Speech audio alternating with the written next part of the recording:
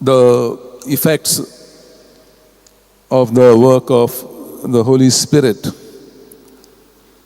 is through His wisdom, and the signs are of compassion, love, forgiveness, truth, beauty,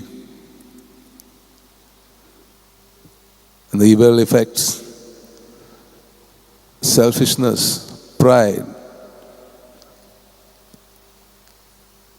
gluttony, carousing, drinking, prostitution. And so the effect of the Holy Spirit will be greater on the evil spirit. Evil spirit will not survive under the Holy Spirit. And so this wisdom of God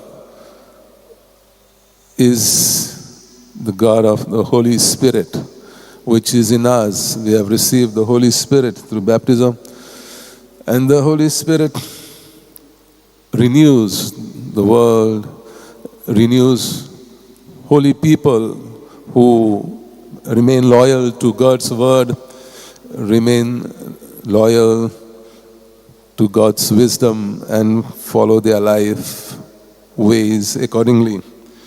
And so love of God is the main effect of the Holy Spirit. And the story in the book of Grandma's Letters to God, Ruth Yongdal Nelson tells this story. On a hill overlooking Weinsberg, Germany, is a huge fortress. So one day in feudal times, the fortress was surrounded by an enemy. And the enemy commander agreed to let all women and children leave the fortress. He also agreed to let the women take with them one valuable possession. So you can imagine the consternation of the enemy commander when he saw the women leave the fortress with their husbands on their backs. The secret to wisdom is love.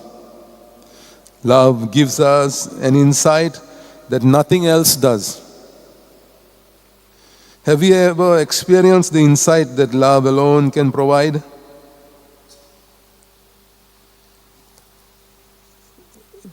Speaking to the little prince about love and life, the fox says, it is only with the heart that one can rightly.